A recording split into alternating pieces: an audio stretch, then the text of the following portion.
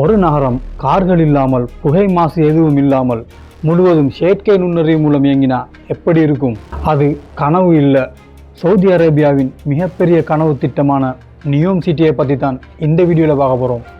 நான் தான் Aman. Welcome to Aman 001.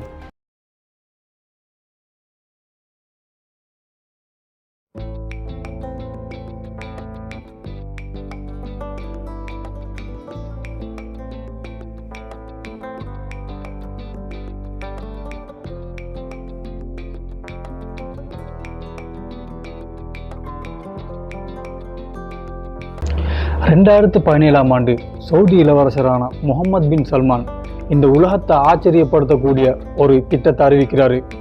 அதனுடைய பேர் தான் நியோம் சிட்டி.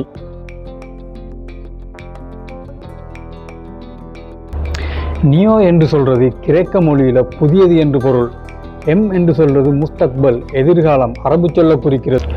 சுமார் 26,500 சதுர கிலோமீட்டர் பரப்பளவுல செங்கடல் கரையில இந்த மாபெரும் நகரம் உருவாக்கப்பட்டு வருகிறது.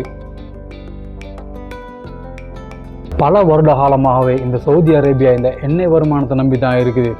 ஆனால் எதிர்காலத்திலேயும் இந்த எண்ணெய் வருமானத்தை மட்டுமே நம்பி இருக்க முடியாது என்று இந்த அரசு தீர்மானிச்சிருச்சு. புதிய தொழில்நுட்பம், சுற்றுலா, செயற்கை நுண்ணறிவு, பசுமையை மையமாக கொண்டுதான் இந்த நியோம் உருவாக்கப்பட்டு வருகிறது.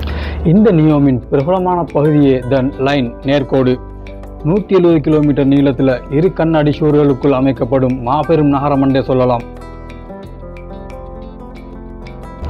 வாகனங்கள் இல்லை, சாலைகள் இல்லை, சூழலுக்கு எந்தவித பாதிப்பும் இல்லை. மனுஷனுக்கு தேவையான அனைத்தும் 5 நிமிட நடைதூர பயணத்தில் தான் இருக்கும் என்று சொல்லப்பட்டு வருகிறது. இந்த நியோம் சிட்டியில் பல எதிர்கால நகரங்கள் உள்ளன.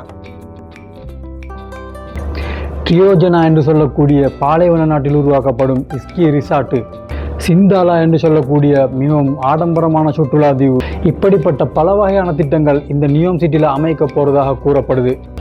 ஆனால் இந்த கனவு நகரம் பல சவால்களையும் ஃபேஸ் பண்ணிட்டு தான் வருது. மிகவும் அதிகமான செலவு, கட்டுமான தாமதங்கள், மக்கள் இடம்பெயர்வு தொடர்பான விமர்சனங்கள் போன்றவற்றை உலக அளவில் விவாதத்தை ஏற்படுத்திட்டு தான் வருது. ஒரு காலத்தில் பாலைவனமாக இருந்த இடம் இன்று உலகின் மிகப்பெரிய எதிர்கால ஆய்வகமாக மாறிக்கொண்டிருக்கிறது. நியோம் வெற்றி பெறுமா அல்லது வரலாற்றில் மிகப்பெரிய கனவு திட்டமாக இருக்குமா? இதை காலம் தீர்மானிக்கும்.